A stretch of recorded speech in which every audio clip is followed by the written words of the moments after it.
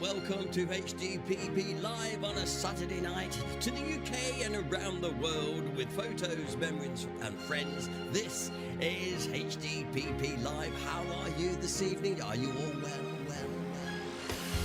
Hinckley District has the present for you, meeting friends old and new. Streaming Wednesdays and Saturdays too, with founder members Paul and Sue. The smiles that we bring are a heritage thing. HDPP, keeping history alive. HDPP, streaming HDPP live. HDPP, where local memories survive. HDPP, streaming HDPP live. Film clips, photos, memories and friends helps a dreary night go by. Wearing Hinckley's six of the best, stupendous quizzical high. The smiles that we bring are a heritage thing. HDPP, keeping history alive. HDPP, streaming HDPP live. HDPP, where local memories survive. HDPP, streaming HDPP live. Let's take you back in time, a community affair. We'll take you for a ride. Henson's Cab will take you there. We're making history. HDPP, chatroom pauses. History supporting local causes. HDPP, streaming HDPP live. Betty is our queen bee. The sweetest honey candy. Dangerous Den here again. HDPP live. Hey, you know we keep it HDPP live.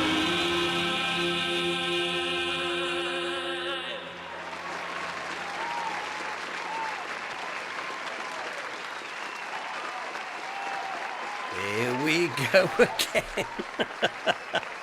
Good evening, hello, welcome, happy Easter and all the business. Too much chocolate, have you?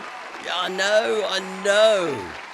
Listen, I've only just got through to eating my last hot cross buns this evening. Good evening, welcome to HDPP Live from Hinckley here on Easter Sunday evening. A shorter than usual programme, but all the same, still with a lot of good stuff in it as well. Welcome along. If it's your first time watching, well, it's even better. You're our special guest tonight. Then hopefully you'll make it a regular thing. Now then, if you want to chat to me, you can do by joining in our chat session, which is on the right hand side of your screen, and that's how we all have a chat and have a bit of a laugh and all the rest of it. And there's quite a lot going on in there already, as you can probably see. And I said I'd like to know how David Stamber got through first. I hadn't started the broadcast, but although I'd got the chat window ready, but I hadn't started. And he was in.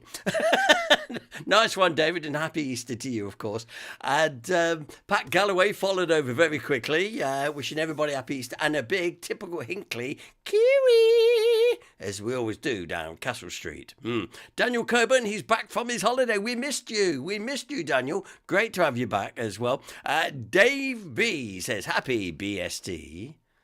Yeah. Who now, hands up, anybody forget to do the clocks last night or woke up that it was later than what they thought? Yeah. I managed to do all mine last night. I was quite pleased about that. So all was well there. Kit's here with us. She's got her Sunday name with her today, though. Helena Ann Parker. CDM. Cadbury's Dairy Milk. Anyway, nice to see you yesterday, Kit, in the museum. Not as an exhibit, you understand, but just we had a good chat. The museum opened Saturday for the first day of the season, and I'm doing my official visit tomorrow morning. So if you want to come and join me for a cup of tea, about 10:30ish, I should be in the museum, because we always like to go in, have a good nose round, then have a nice cup of tea and a chat. We seem to do that with Queen Bee every Easter bank holiday since goodness knows when. One day they will put a plaque on the museum, say, religiously, every Easter bank holiday, Queen Bee, Mrs. G and Mr. G used to stand here. Anyway, so that's what I'll be doing tomorrow. Annabelle's here. Hi, Annabelle. Cooey. Annabelle got me out, helped get me out a bit of a hole on Wednesday. Tell you about that in just a moment's time, and I'll try and explain what happened there. Queen Bee is here tonight as well, so good evening, Queen Bee. Hello to Russet. Wishing everybody a happy Easter too. And some of you may have had a quick off-camera look from yours truly earlier. It's called complacency and pressing the wrong button before I was ready. I know that face. Anyway, Kevin Bees is here. Nice to see you, Kevin, and good to see you on Wednesday night as well. Jeff and Anna are both in tonight, and they're both in Brig. They're both together in unison, so that's good. And little Jane's back. Jane and Tim are with us this evening.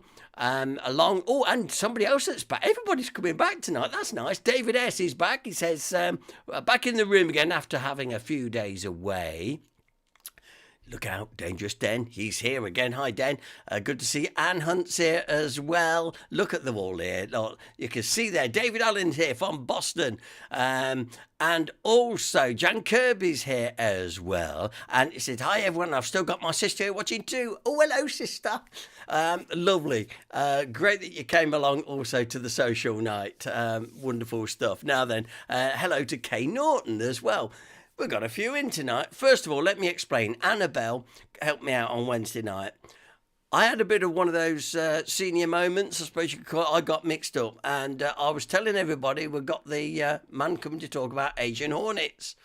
Come 7:25, and he hadn't turned up. So I said, we're here, and he says, it's next month, isn't it? Hey. Anyway, yes, I got the date wrong, so it's on my head, so I do apologise. So it meant that I did a presentation, and I thought, what can we do for the second part of the evening? And Annabelle, to be totally fair to the girl, said, let me see if I can do some. And she did. Very impromptu presentation, off bat, really. I mean, and it's quite the thing to be able to do that. So thank you, Annabelle, becoming my right-hand person there. And it was, like I say, we didn't have massive attendance last Wednesday, because we always know the first one after the presentation night is always a little bit on the thin side. But we did well, raising, I think it was about £64 in the raffle, wasn't it? Yeah, Mrs. G said, yeah. So I think that weren't too bad considering who was there. So thank you if you was there. And, we love to see that. I know. Good. Right. Okay, then. So in the programme tonight, a couple of good things, actually. No actual six of the best, but I've got 3 questions for you under the guise of 6 of the best, but it's been cut down for Easter, so it's 3 of the best. Doing that very, very shortly. We've got an anagram, a picture, and some music tonight. Going to test your music tonight. See how well you do with that one on Google. No, I haven't seen Mr. and Mrs. Smugly. I don't think they're here yet. I think they come back from their holidays any time now. I haven't seen them actually in the room yet. They're probably winging their way back across the Atlantic for all I know. Now then, firstly, last Monday, for those of you that wasn't with us on Wednesday night, last Monday was great. HDPP went to Westminster. We lobbied and we got lobbed out. No, it was a great day. And just so you can see us all in our finery, there we all are, look. Great. In Westminster, this is the Palace of Westminster, in the hall itself, and there we are with Team Leader Jan there, right in the middle. Look, this is my lot, she says, and we all powered through. But it was great, and what a super day. Fantastic.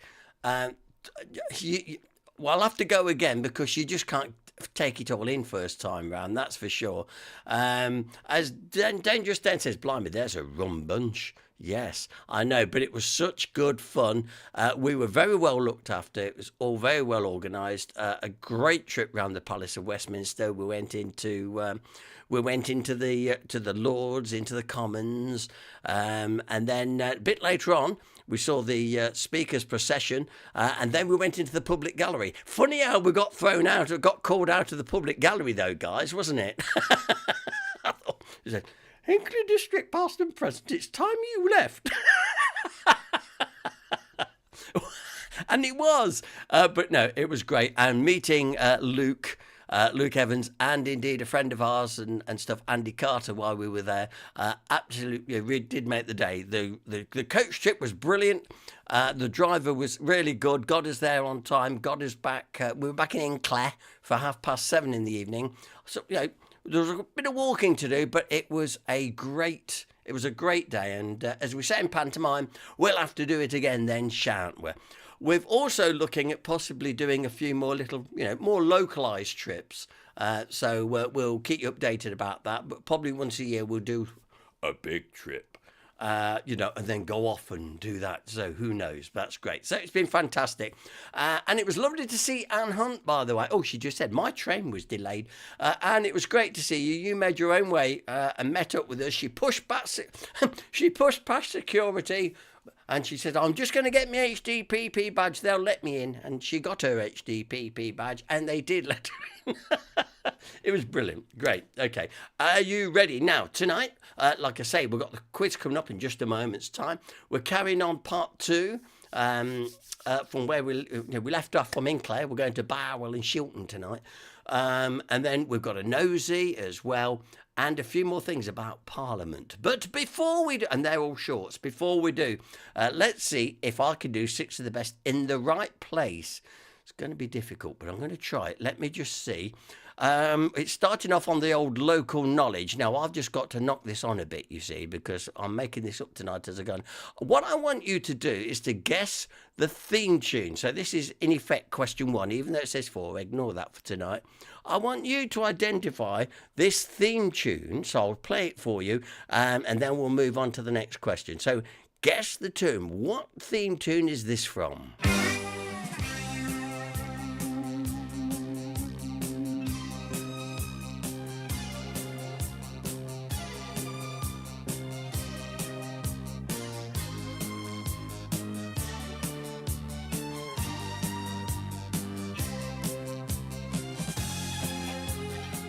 And that's all you're going to get at the minute, I tell you. Do you know what that tune is? Don't put it in the chat room, by the way. Do not put it in the chat room because people will nick that. Okay, so that is question number 1.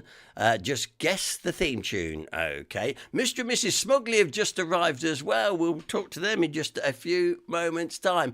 My next question tonight is, name these 2 famous newscasters. Ha! That's got you and all. I know some of you will get them, but I'm stomping down on this Google business. I want you to identify these 2 famous newscasters, okay? And on to our third and final question this evening. It's our anagram, of course. Now then, here we go with the anagram. Blighting Chutney Rebecca. There we go.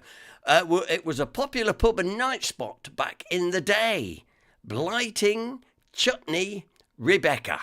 There, I'll leave it on the screen just a moment so you can find out. You can get all those letters right. Only 3 tonight because it's Easter. We're just doing a cut down version of it. So that's how it is tonight. So the previous question being, name these 2 newscasters. Can you remember them? I remember them very, very well. And can you guess the theme tune?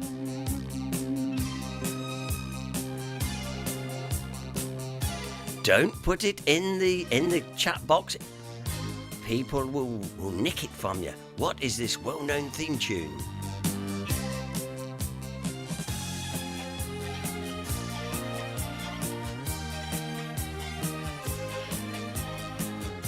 Right, that's enough of that. I'm giving you no more on that one. So there we go. Would you like to see the newscasters again? Who are these two gentlemen?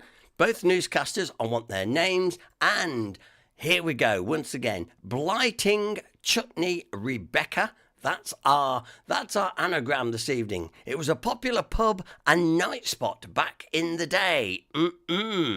Dave B says, I know question one, but I can't name it. This is the idea to drive you nuts. This is what I want to do, is just drive you nuts. This is what it's all about. Oh, Jeff Wallace, I got the tune. Well done, Jeff. Keep it to yourself.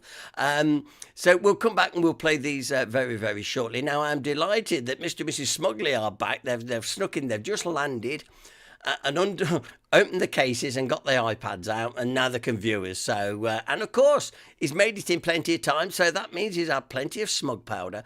And if you would like to be as smug as him, you can get your delivery. You can get your delivery of smug powder. Okay? Yeah, and it helps you get a job at Myra. Right, also tonight, let me just remind you about, like I said, I thought the B-Man was coming last Wednesday night. Got my head all in a spick. I really, really did. So the social night, this is our next social night for April. That's what it's all about. Thought I'd better change the notice, people. People will get mixed up. There we go. All right, brilliant. So Sunday night with HDPP Live. Great to have your company. We're going to pick up where we left off last week. We'd done a tour around Hinckley as it was.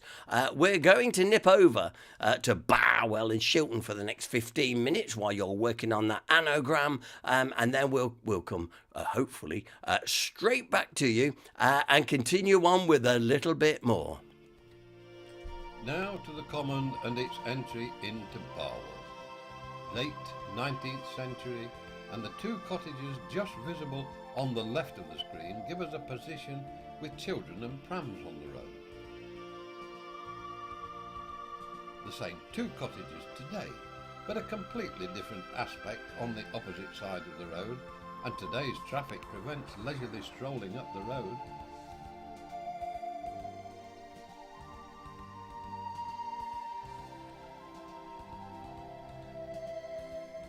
Hardly recognisable, this view of Top Town in 1905. Known then as Malt Mill Bank, this has seen some vast developments. We hear stories of massive traffic jams of coaches delivering and collecting workers for the flourishing boot and shoe industry that used to be.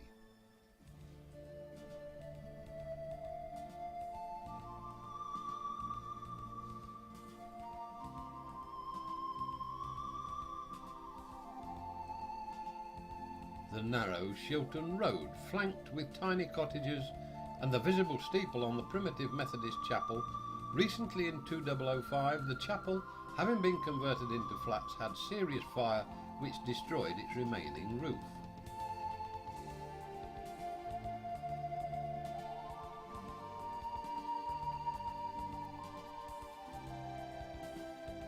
Terraced cottages line Chapel Street, leading to the Wesleyan Chapel. Prior to 1912, when mains water was installed, these cottages, to obtain their supply of water, had to cross the road to one of the village water pumps. Seen here, on the edge of the pavement outside the Blacksmith Arms.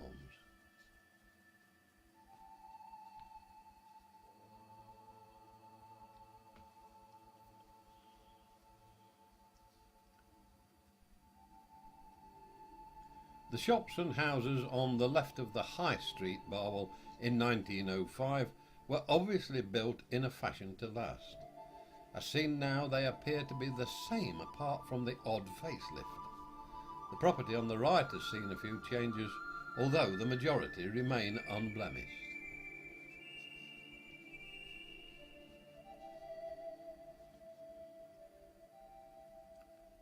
Further down the High Street, a horse and cart reminds us of 1906, and the National Church School has a pronounced school frontage of the day, with its protective walls and gates. A similar frontage still exists and must bring back memories to many who have studied within its portals.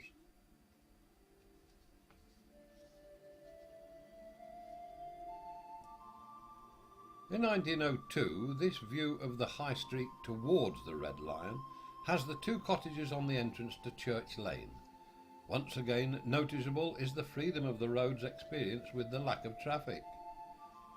Yet again, only facelifts, leaving the main structures unchanged.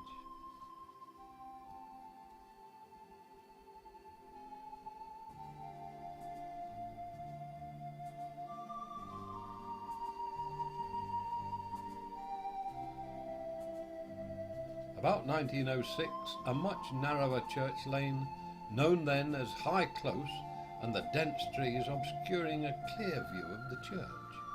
No difficulty in getting youngsters to pose for the photograph.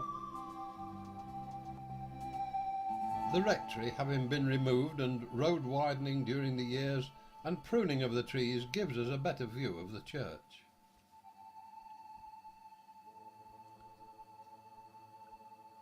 Taken in 1921, the main co-op stores of Barwell, this area together with Top Town seems to have made Barwell unique with two centres. Of recent years, the premises have been home to the established Carpet Cottage.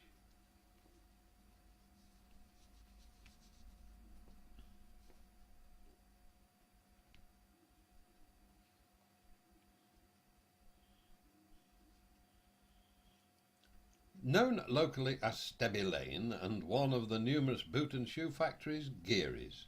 The house on the extreme right of the picture was built around 1911 and the transport scene here was of that period. Today, of course, the house still exists, but the main frontage of the factory has disappeared.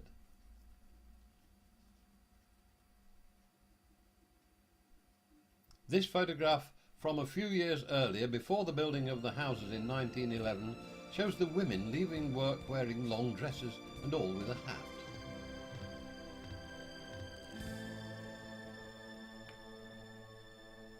A peaceful Chapel Street in 1911 shows a roadway completely clear of traffic and lined with garageless terraced houses. Today it's impossible at any time of the day or night to find the street not lined with parked vehicles. The Jubilee in 1911 of King George V and Queen Street celebrates in a traditional manner with flags and bunting and street parties.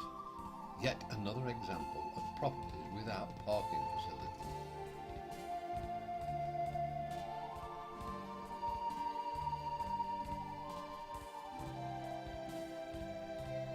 (1905) in Shilton Road, and terraced houses but a little more upmarket in appearance, with well turned out children and the primitive chapel and steeple in the mist. Once again today congested with parked traffic at all times.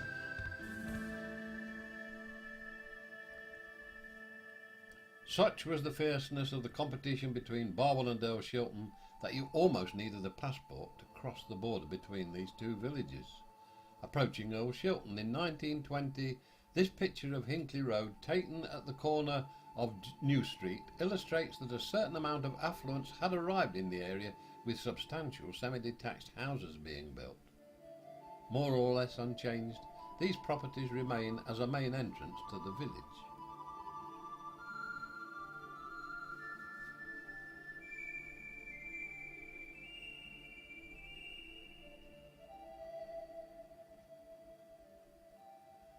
The apparent wide expanses of Wood Street in 1912 show considerable forethought by town and country planners of the day.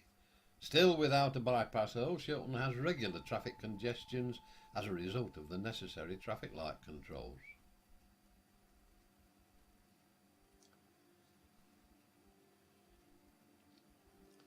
The turn of the 19th and 20th centuries, and the Hollow was a major central junction in the village. In the centre of the photo, the twin gable fronts are worth noting. Legend has it that there was once a giant mangle provided by the Raven family where the general public would wring out their washing. The Earl Shilton Building Society offices are now a distinctive feature of this area, and the twin gables still exist over the village's remaining butchery shop. It must have been quite nice to have no concern for traffic back in 1910. And drinking and driving didn't bother the customers of the King Bill. Even crossing this road in safety at rush hour today is a major undertaking.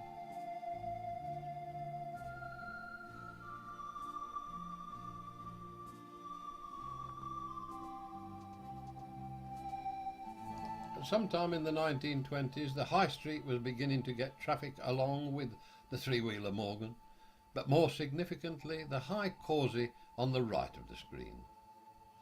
The identical High Causey still prevails, and the Mansion House comes in for many discussions as to its origin.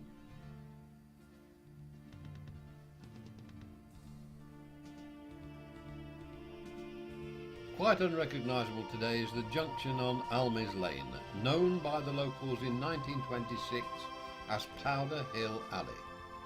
Also in local dialect, Best's Bakery was referred to as Bessus. The filling station is now defunct, as is the Glory Hole. Hopefully this will soon be tidied up. We did refer earlier to for better or for worse. Of more recent times, probably the 1930s, Wood Street, High Street and Station Road meet. Traffic is increasing, but the roads are wide enough to cope.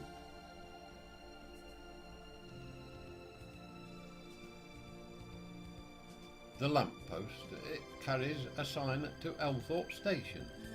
Probably many have never given thought to the name Station Road.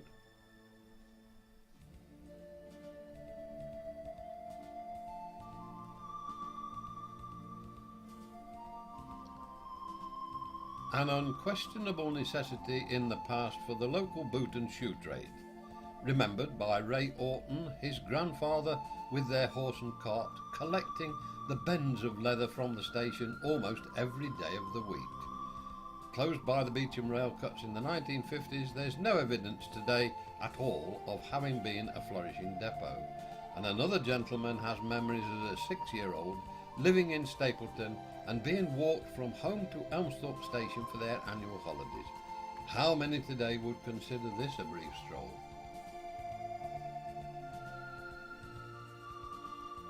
Taken in 1905, the Wentworth Arms, designed by a famous architect by the name of Voysey, stood adjacent to the station, and as a result, no doubt gained much business from this. Still having the same outward appearance, but no longer with the occasional horse and dray. The small building to the right was the stables, and today is the bottling shed and storeroom.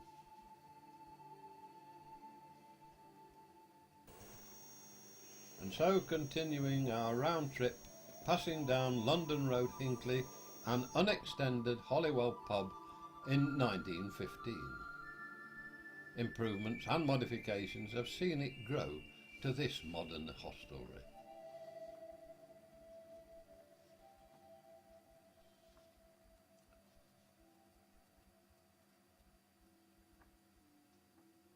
St Catherine's Church in Burbage, about 1911, was also more open planned, with the trees not yet fully grown. Children could not today take up a stance in the middle of the road. Almost obscured by the now developed trees, the church and its clock, mounted in 1887 to commemorate the Jubilee of Queen Victoria, the adjacent Archer Cottage, was and still is a feature of this locality. On the opposite side of the road is Cedar Lawns, a fine period property, and a smaller row of cottages has seen a number of changes, particularly the replacement of thatch roofs, and the Cross Keys takes on a new look.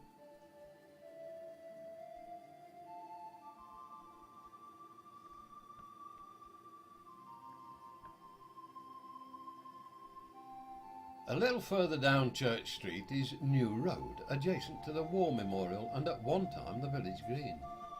Its appearance in 1910 differs very little with today, only double glazed window frames and a coat of paint having been added.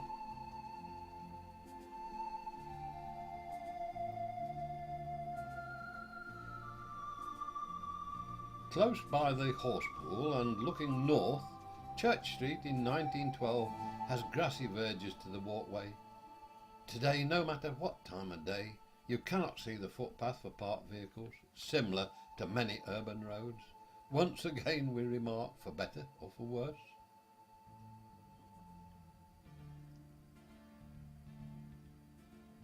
almost from the same spot but looking south. The cottages on the right have long since disappeared in the widening of Church Street. Most of the other houses can be recognised in present days, but the character of the area has been changed.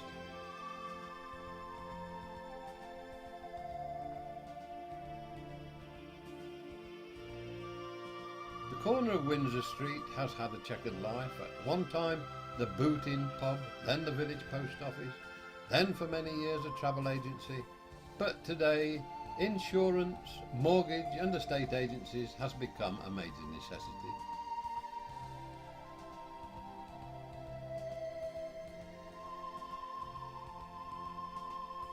Even in 1920 you could walk with ease up the middle of the road, and the Chequers Inn was a regular venue for many inhabitants of the day, as it still remains a popular local.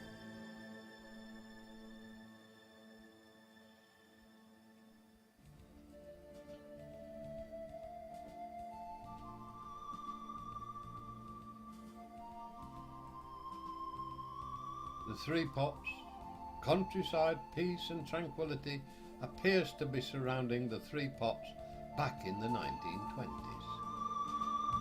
However, by then motorised traffic had arrived and was beginning to be the new way of life. This area being a major junction on the A5, it witnessed a variety of accidents. Today the Harvester stands back from the main road.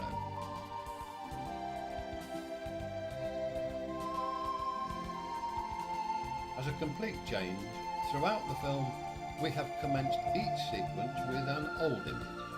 To finalise, we show an image of today. Possibly an accident in the waiting. This must be an example where it could only get better.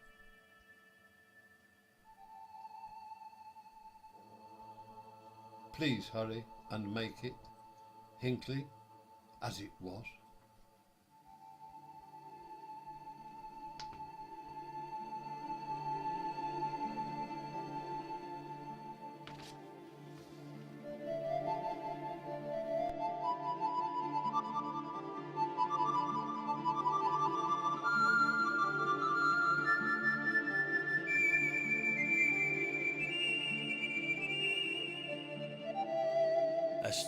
A Stuart Watson production, and we've often featured Stuart's work here.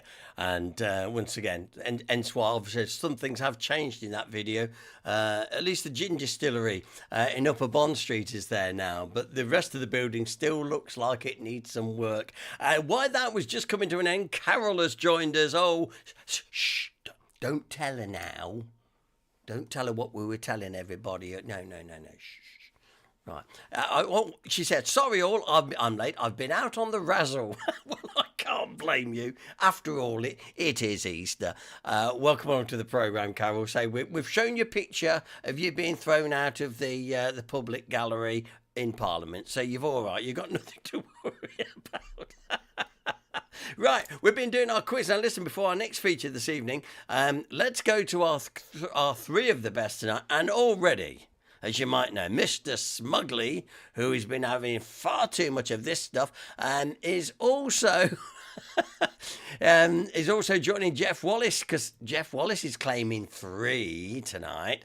For those of you that want another look at 6 of the best, which indeed is 3 of the best tonight, let's do it again. Let me get it in the right order, because it's a bit awkward when we do this, because it's the way it all does. So let me get through to number. Here we go. Right. Firstly, in fact, you want the music one first. He's all over the place. Right. I want you to guess the theme tune. What is the theme tune for this too?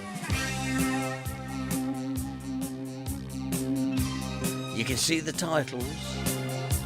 You think, yeah, I know this music. It's doing me head in now. Oh, yes, there we go. Okay, just a little bit of our Guess the Theme tune tonight, and while that's playing in the background, can you name these 2 well-famous but now past newscasters? Do you like how I'm keeping the music going? So you're getting multiple chances here. And here is our anagram for the night. Blighty Chutney Rebecca. Blighting Chutney Rebecca. This was a popular pub and night spot back in the day. Yeah, but where are we and what are we looking for? Okay, lovely. Oh, lovely finish there. Well done, Paul. That was perfect timing. You ought to be on the radio. Right. I have no idea, says Jan. And nor does Karen. Well, this is all part of the we banish Google. Yeah.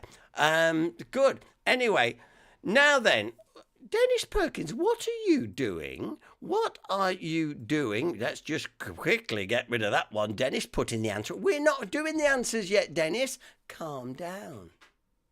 I'll tell you when it's answer time.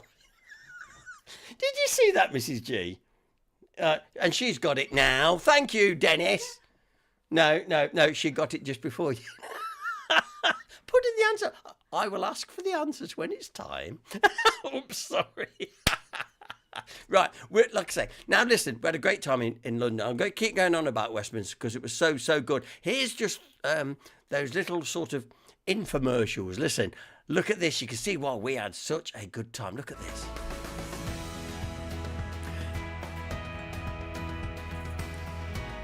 If you was on the trip, you will recognise lots and lots of this, guys.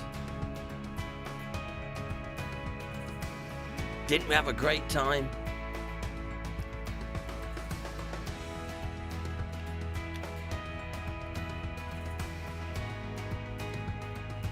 I want to go again. Probably next year.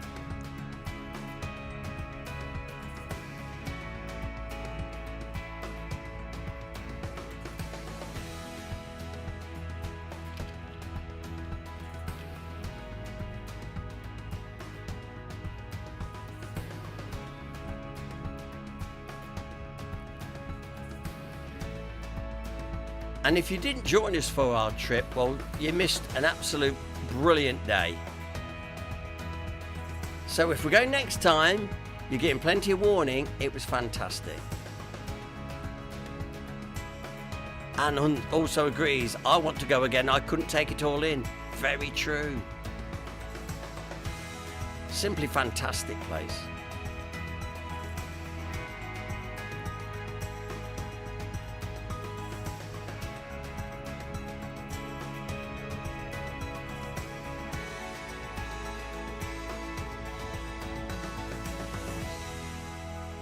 Wasn't it good? Absolutely fantastic. And like I say, book your tour now. We'll probably be doing that and getting several bus loads down next time. But it was great fun. Super stuff. And keeping in that theme, by the way, I thought you might like to see this, ladies and gentlemen, called Parliament Through Time. Do you like this? See what you think.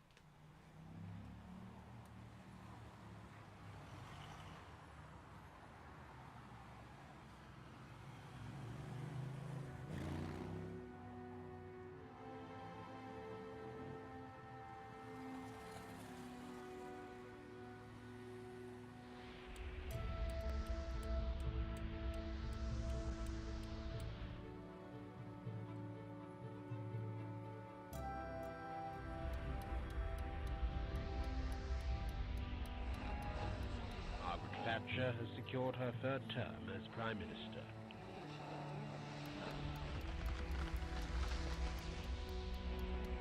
5 and 10 pence coins are introduced to British currency.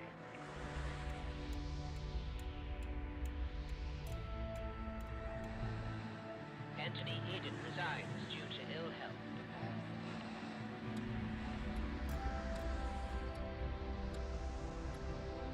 King George has opened the Festival of Britain.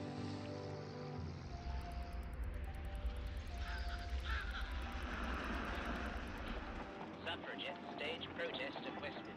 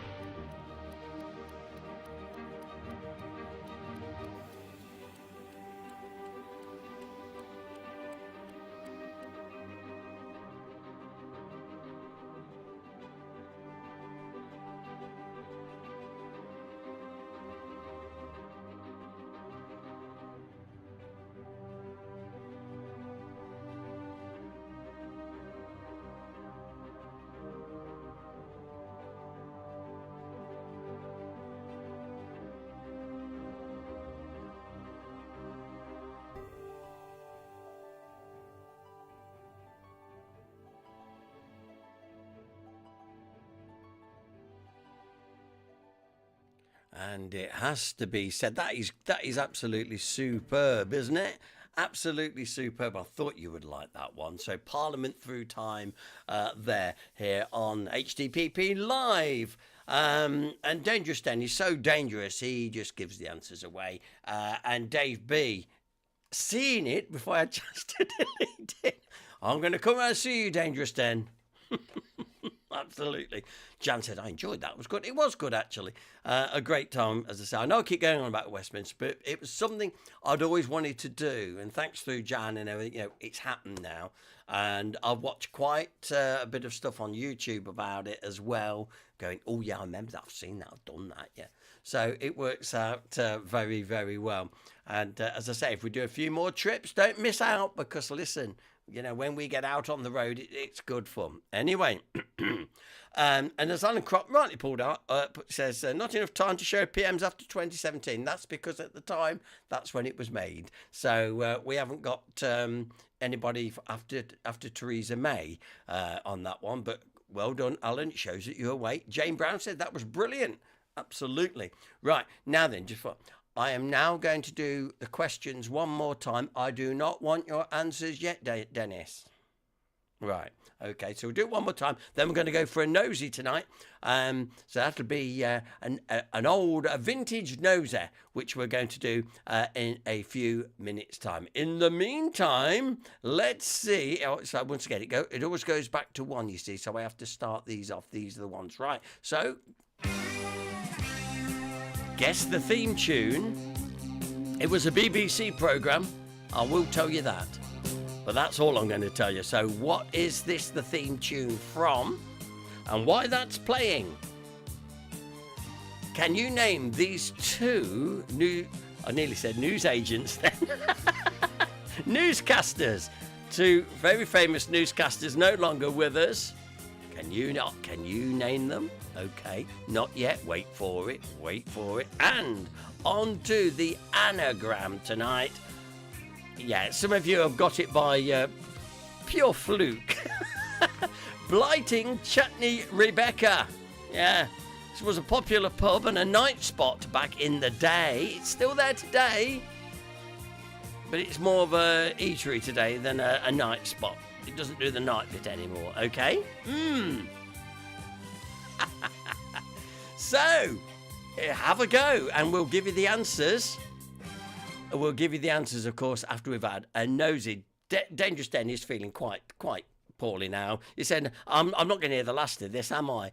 No, in the same way we never heard the last of you getting engaged at the George Hotel in Castle Street. But listen, I'm not one to mention it. Oh, fun. Oh, great. Lovely. Okay. Now, let me just remind you, Saturday. What are you doing Saturday? Oh, come on. You should be doing this.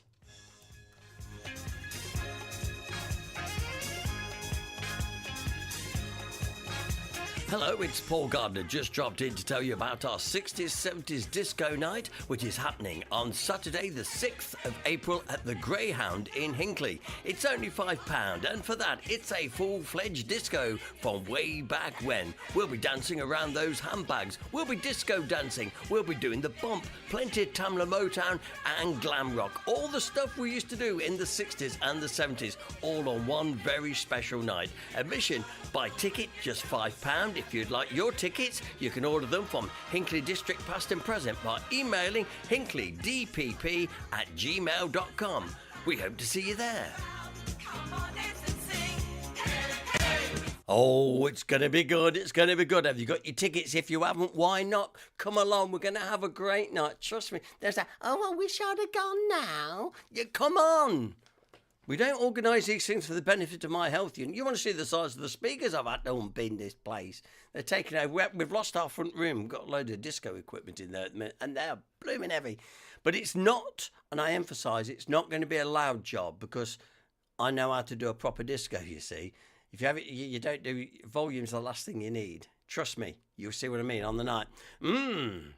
Alan says, Marie forgot to give you the ticket money on Wednesday, but we still want to come. Yes, you can come along. You can come along. See Mrs. G. She'll sort you out. Yeah. Yeah. If your name's not on the list, you're not coming in. No, we're not doing that, but you're welcome. You know that, Alan. Right, okay, time for a nosy tonight.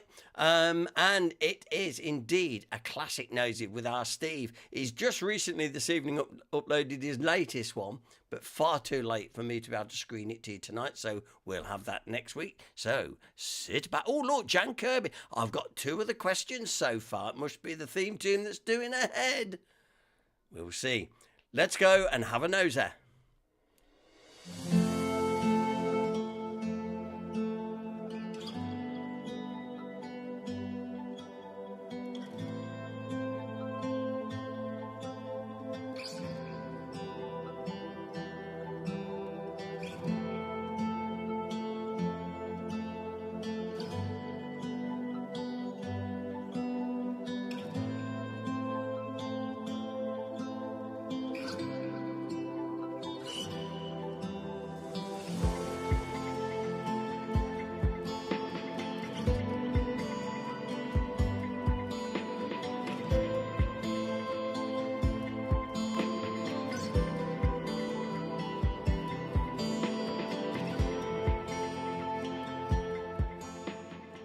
I'm getting starving. It's about time for a Melvin!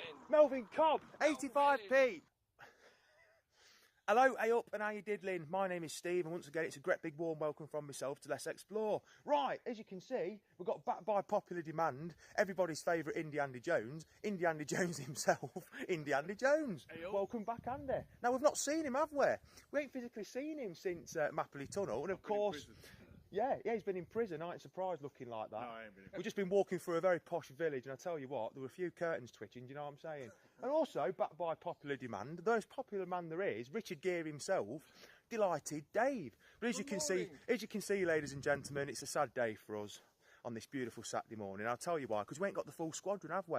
We've not got everybody's favourite head of hair, Tarzan himself, aka Rare Rob. Because you know what, he's solid off to Wales to do some decorating. Who goes Wales to do decorating? Even Da Vinci didn't do things like that, do you know what I mean? Wales needs decorations. Yeah, well, yeah, oh, come on, it's a beautiful country, ain't it?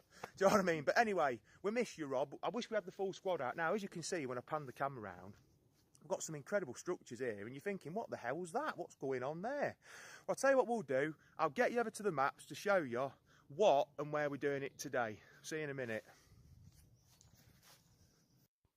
Right, so once again, courtesy of Google Earth, we can look at today's exploration from very high up above. And as you can see there, where the red dot is marking the spot, we're pretty much banging between Leicester and Peterborough, just about, just over the Rutland border in Northamptonshire. And will you stop banging about in the kitchen? I'm trying to make a video here. What a row! Right, so this is his first port of call for today's video. This very interesting looking site, and as you can see just to the left, it looks like you're looking into cooling towers, don't it? Small cooling towers, but they're not. These are actually iron ore kilns that were built around about 1915, 1916 by prisoners of World War One. I think they might have been Italian, but, you know, before we went to this place near Wakeley Village in Northamptonshire, just over the Rutland border, this has drove me mad because I can't find this on any Ordnance Survey map, because when these were built and when this mine was here between, I think, 1915 and 1921, Ordnance Survey obviously didn't do a survey of this site, so you can't see anything. And so it's been very hard to work out where the actual rails and the siding were. We could easily see where it came into the site, but it's drove me mad. And I'm convinced, as I say throughout the video, whilst we're looking at this site, before we go and look at quite an interesting culvert, and you're thinking, oh, not again, it's time for bed, I'm tired. But, you know, we knew where the siding was coming in from the mainline railway, but it was the other bits and bobs where the railway was in this yard area near these kilns. And it's, like I say, it's drove me mad. But I've looked on the LiDAR images. I'm convinced I'm right from what I've said in the video. But you might know a lot about this site, and I'd love to see a map, but I can't find one. But anyway, onwards and upwards with the exploration. Very interesting and intriguing site, though. That's for absolute certain. Right then, so what do you make of these then? Absolutely fascinating structures, and then, you know, I've never seen anything quite like them, to be honest. And according to form, I mean, I don't know an awful lot about this site, to be honest with you. There's not an awful lot about it on the internet, but what there is and what I've looked at, I'll try and remember to leave a link in the description so you can go and have a look yourself. But there's not a great deal of write-ups about it.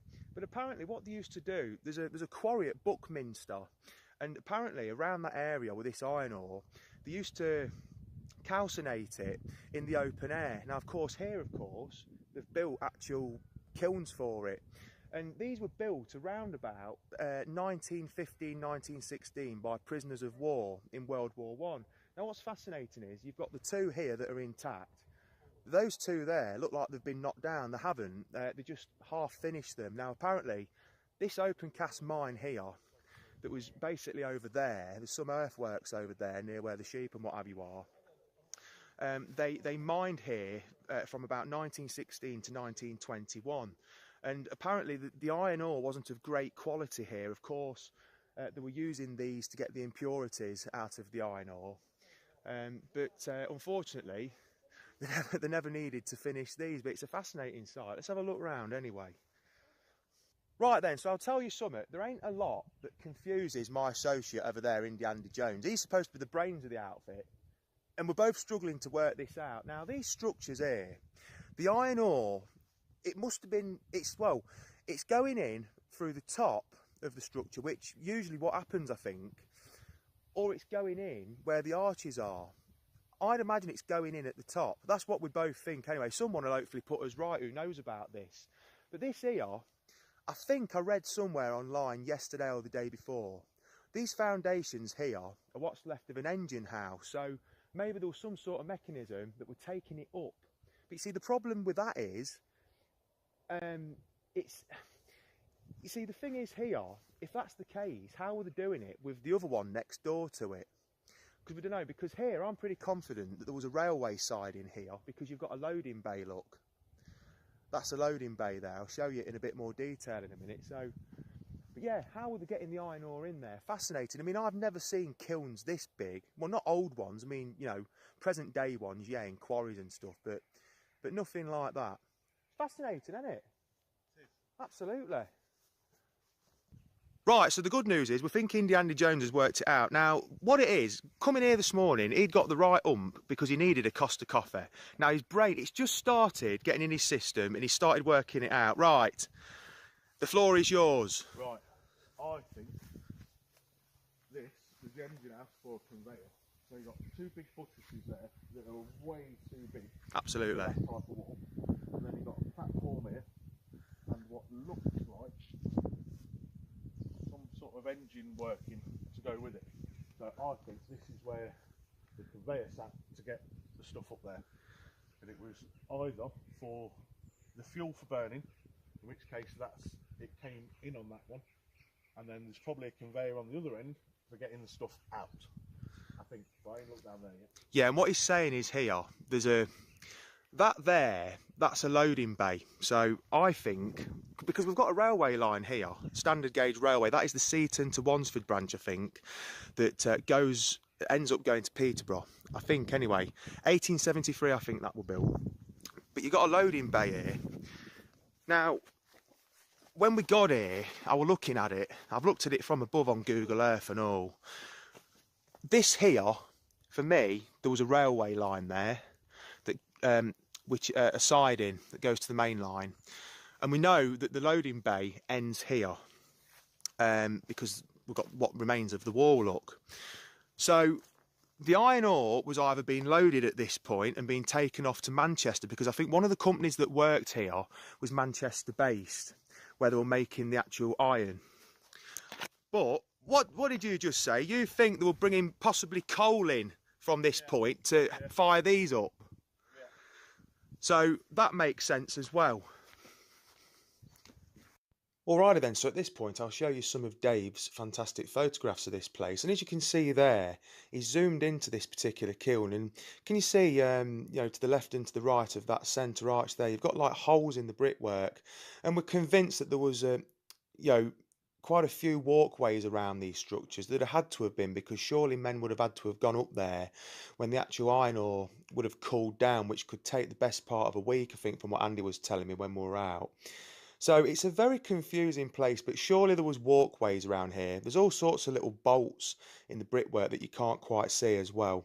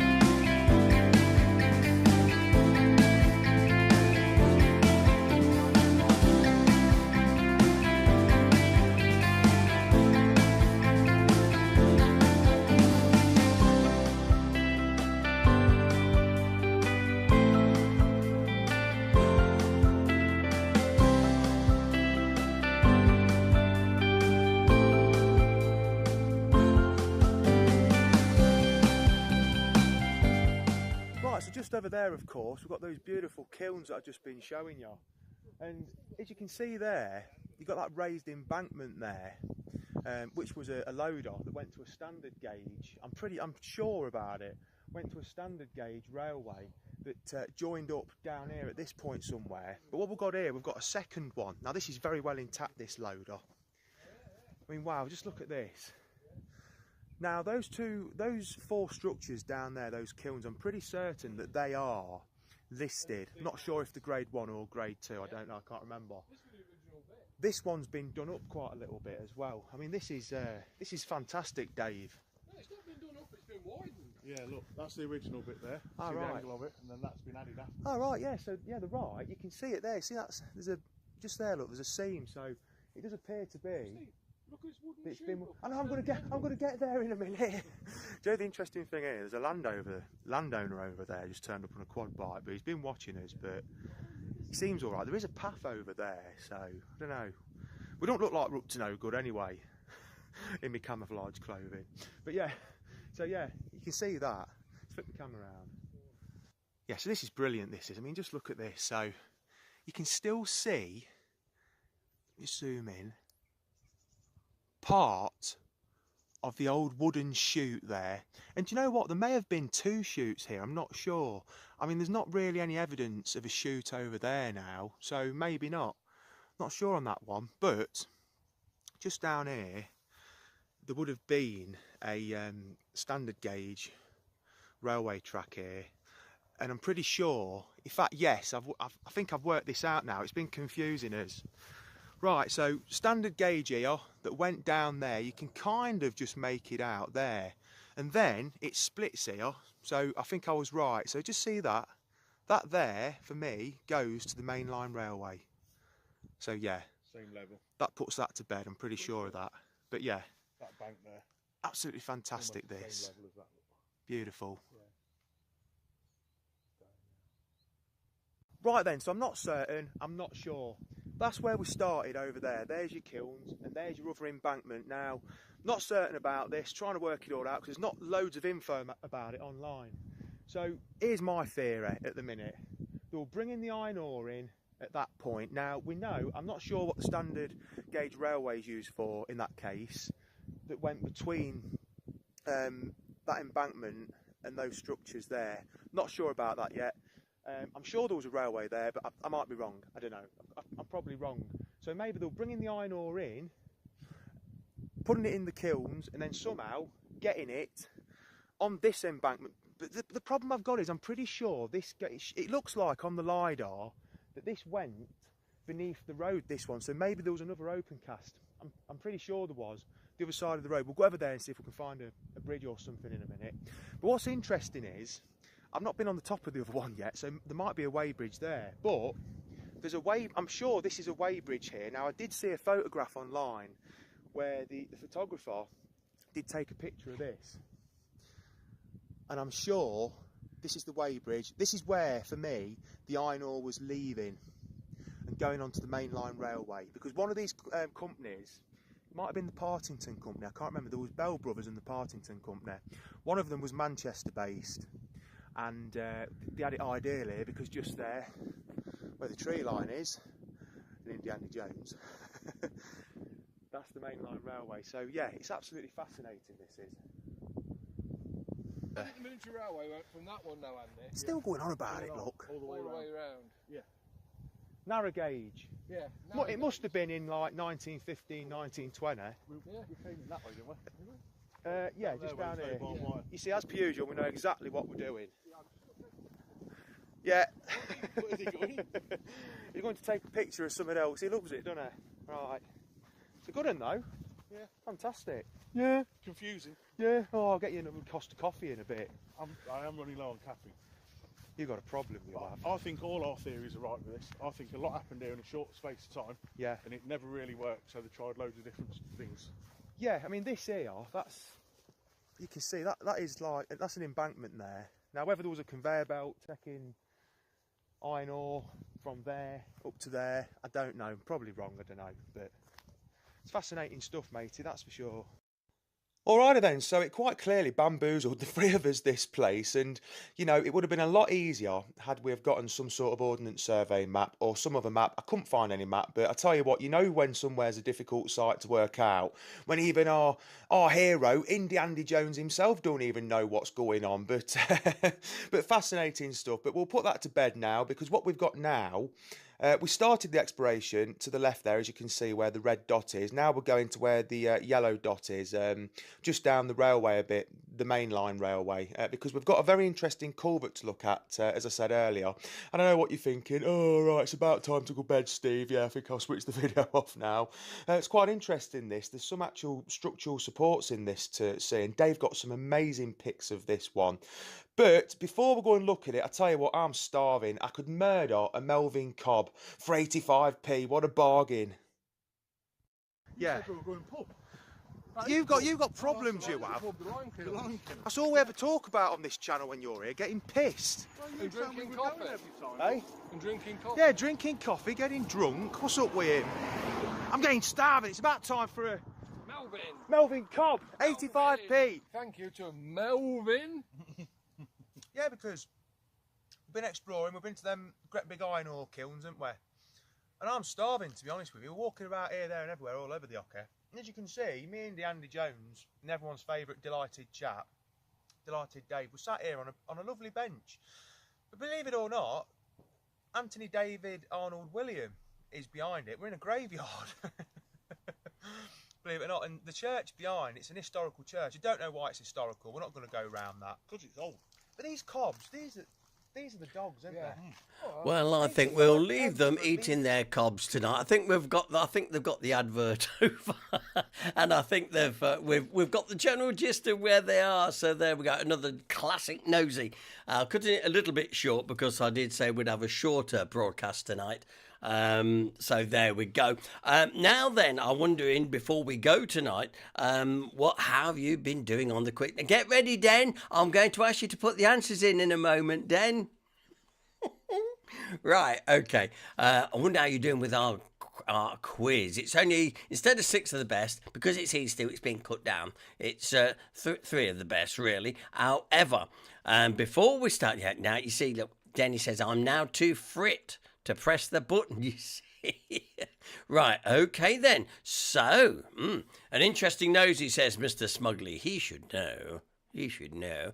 Okay, 6 of the best it isn't tonight. Let me just get the right things on the screen. So, I have to do this because this is normally what's there. So, in a minute, you can tell me, guess the theme tune. I'll put the music on now for the very last time. You can start putting your answers in when you hear the music. So, can you remember this TV theme from the BBC? As it was quite a record. It was one of these sort of breaking the mould type of things at the time. And here we go. Then here come the answers. Like, yeah, John Denny's got it right. With Juliet Bravo. Quite right. Jan says, is it Howard's Way? Oh, Jan, we love you. It's, as you can see, it's Juliet Bravo.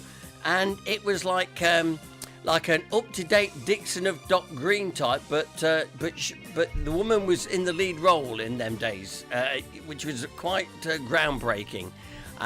So it was good. Yep, there we go. So it was Juliet Bravo on every Saturday night in the early 80s at least, and I remember it well indeed.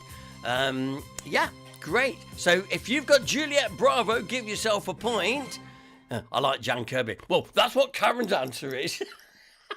Karen, sorry, wrong. No, it wasn't Howard's Way. That'll be another night we'll do Howard's Way, I'm sure. So Juliet Bravo was the correct answer for that one. Now then, can you name these famous newscasters, now sadly no longer with us, but iconic newsreaders of the time? And I know a couple of people said, "Oh, I know them." Yeah, this is Jane Brown comes in with the first right answer, and so does John Denny, as does Anne Hunt. No, Jeff Wallace, that was last week's answer.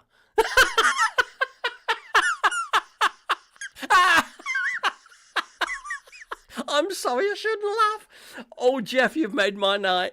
That was last week's answer.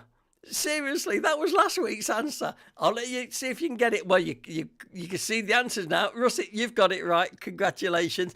Alistair Burnett and Gordon Honeycomb. Poor old Jeff. He's still in last week's blooming comp. Oh, I shouldn't laugh like that. David S., you're quite correct. Alistair Burnett, Gordon Honeycomb. Oh, dear, that's made my... I'm crying here. Oh, Jeff, bless you. Okay, let's move on. And our aniogram. Yeah, got the wrong one, Luke. Oh, dear. Now then, Blighting Chutney Rebecca. Let's see, a once popular pub night spot back in the day, and in come the correct answers, I can see straight away. Jane straight in with the Hinckley Night Burbage. Yes, the Hinckley Night Burbage, says Mr. Smugly. Nearer to Stretton Baskerville than Burbage, I think. Well, on a technicality, you could be right there, Mr. B. Anne says the Hinckley Night Burbage. The Hinckley Night Burbage says Russet. Dennis, I don't know. Oh, dear. He's been doing the honourable thing there, but laying down his answer for everybody else to see. Jan, yeah, you're right. So is David S. And Jeff Wallace has got that one right. He's back with us on this week's programme now. And, yeah, and Annabout's here, just doing her own little thing there in the corner, as she does. Hinckley Night, cheers, then, says Daniel Coburn. Whoa, dear me, that was oh dear, that was so funny. Jeff, you've we've had a few tonight. We've had Dangerous Den giving it away, and then we've got you doing last week's. I don't know how you do it. Fantastic. And Jan said, well, Karen had no idea. She's never lived here. Well, no, but it's all there. It's all there. But as I say, just a bit of fun tonight, which it has been really, really good. So, 2 tonight, says Russie. Anybody got 3 out of 3? I think you'll find Mr. Smugly has. Oh, look, Anne says, I don't believe it. Got all 3. Because there's no wearing Hinckley. You see, we didn't do wearing Hinckley tonight. Some of those features coming back next week, of course, but as I say, as it's Easter, we thought we'd just do something a little bit different. Annabelle said, I got 4 tonight out of 3. Well, some people are never very good at maths.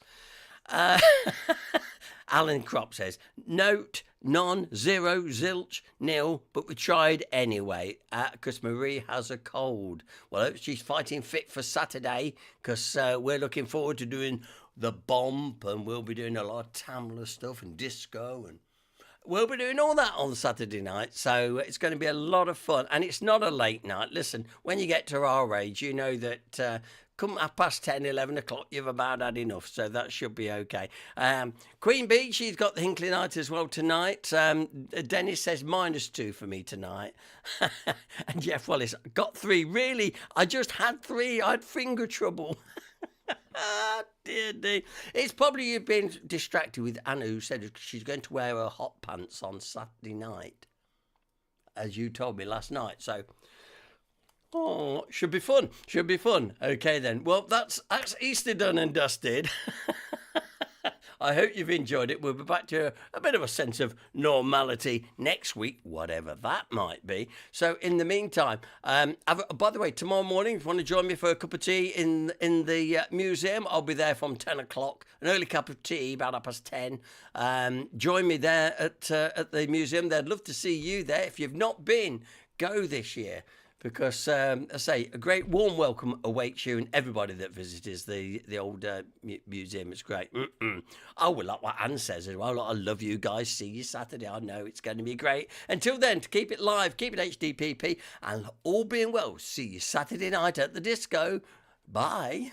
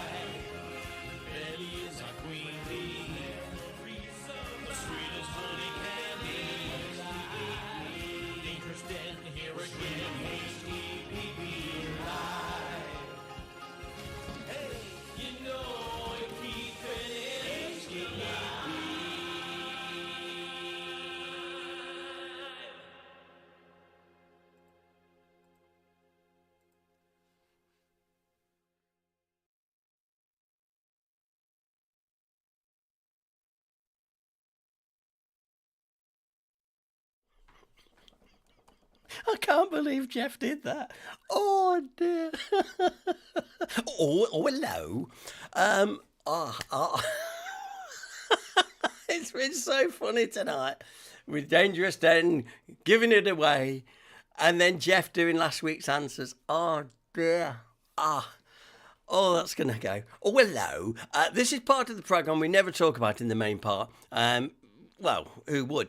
But this is when I try and give you a few dad jokes. And I have found a few new ones tonight, so hopefully you're going to sit back and enjoy these. I'd like to send you off with a bit of a laugh, a little bit of a giggle. So if you're ready, here we go.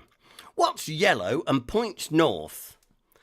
A magnetic banana. A magnetic... Meanwhile, an explorer in the jungle saw a monkey with a tin opener. You don't need a tin opener to peel a banana, he said. Don't be stupid, said the monkey. This is for the custard.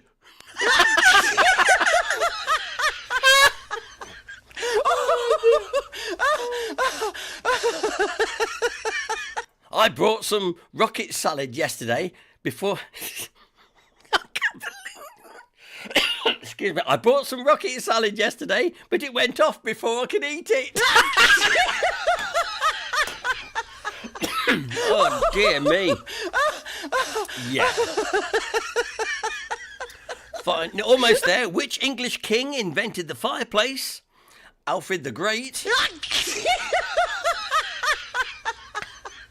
Oh, dear. And why did Julius Caesar buy crayons? He wanted to mark Anthony. I'll see you soon. Good night. Take care.